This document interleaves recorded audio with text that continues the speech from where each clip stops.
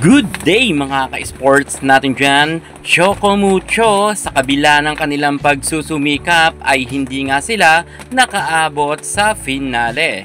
Isang team ang Titans sa napakarami ngang mga supporters at hindi natin maikakaila na kapag ang naglalaro ay ang team ng Choco Mucho ay punong-puno ang arena. Subalit alam nyo ba na sa kabila nga ng kasikatan ng Choco Mucho ay marami nga silang pinagdadaanan matapos ngang umalis si Mars Alba sa kanilang team at meron pa ngang napakaraming injury ang mga players ng Choco Mucho. Talagang hindi nga nila kakayanin makapasok sa top 4 lalo't wala nga ang ating superstar na si Sisi Rondina.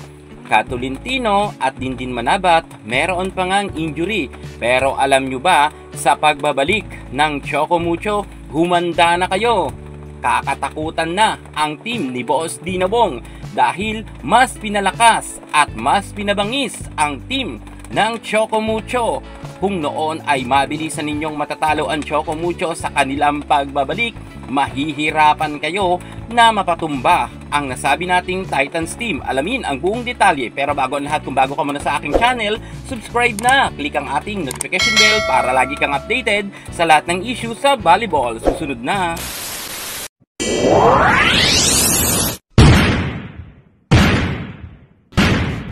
Kung sa akala nyo tapos na ang kasikatan ng Choco Mucho, nagkakamali kayo. Niluluto na nga ang kanilang first 6 lineup na talagang mas pinalakas at sure tayo na sa kanilang pagbabalik ay makakakuha nga sila ng podium finish. Hindi na mahihirapan ngayon si Boss Dinabong dahil magbabalik na nga ang mga malalakas na players ng Titans. Atin pag-uusapan ang kanilang niluluto ngang lineup at ito nga ang lumalabas ngayon na balita. Sobrang lakas talaga nito mga ka-sports, promise. Kahit ang Creamline baka mahirapan na silang mapatumba. Unahin na muna natin dito ang kanilang mga middle blocker.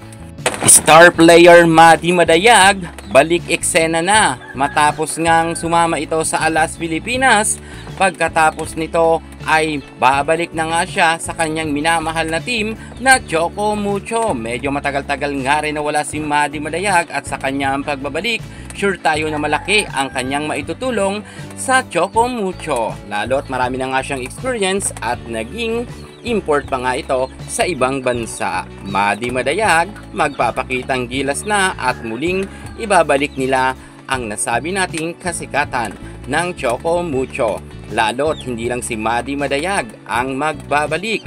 Matapos nga rin mawala ang isang star player sa eksena, eto na muli siya. Dindin Santiago Manabat, middle blocker opposite hitter, muli na nga siyang magbabalik dito sa loob ng court sa Titans. At syempre kasama nga siya sa first 6 lineup. Kailangan na kailangan talaga ng ating middle blocker position itong si Dindin Manabat at siya nga ang makakatandem ni Madi Madayag. Well, dyan naman nakilala itong si Dindin Manabat noong panahon niya pa sa UAAP at naging import pa ito sa ibang bansa. Talagang ang height nga ni Dindin ang hinahanap ng karamihan.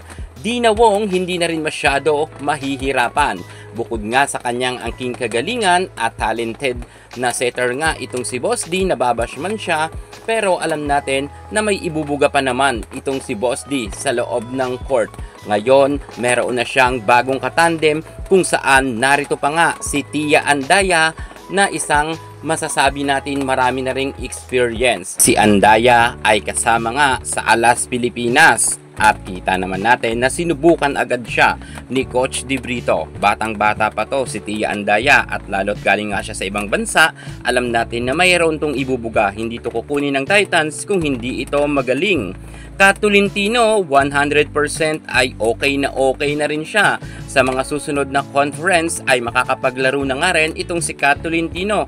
Well, namimiss natin ang opposite hitter na si Katulintino. Isa kasi siya sa masasabi natin pinakamatangkad rin na opposite hitter at malaki ang kanyang maitutulong. Kahit sa blocking ay nakakatulong nga ito dahil nga iba ang matangkad.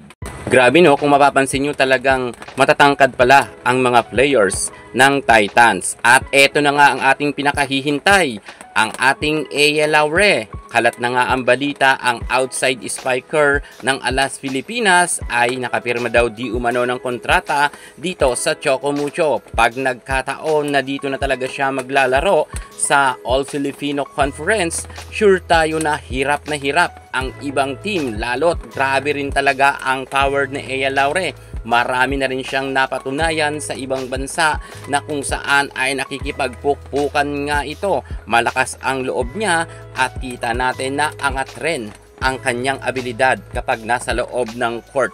Malaki ang kanyang maiaambag at maitutulong nga.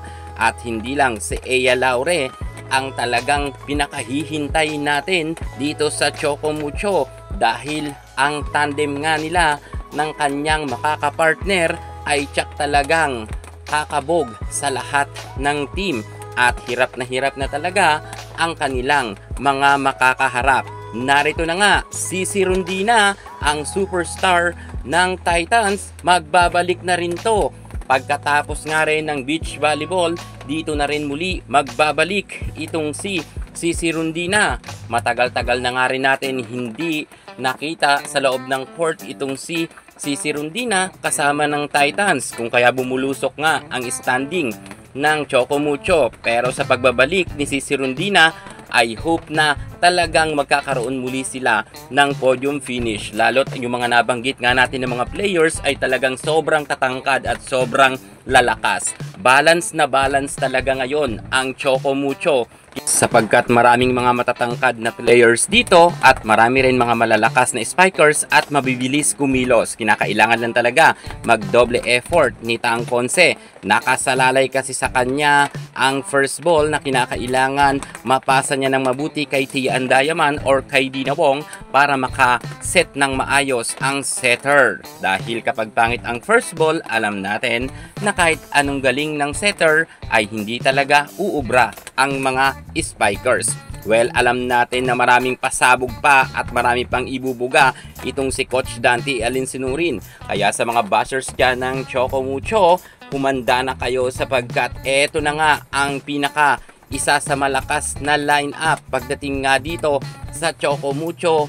Players ay sila ang isasabak sa mga susunod nga na conference. Pagkatapos nga ng reinforce, asahan natin na aariba ang angkin kagalingan ng Choco Mucho. Kaya abang-abang lang kayo dyan mga ka-sports ha, dahil eto na nga talaga ang magpapatibag sa lahat ng team. Anong masasabi nyo sa players nga ng Choco Mucho?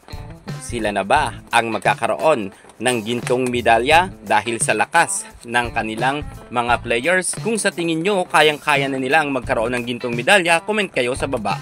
Yan muna pinaka-latest natin sa mundo ng volleyball. Thank you so much. God bless.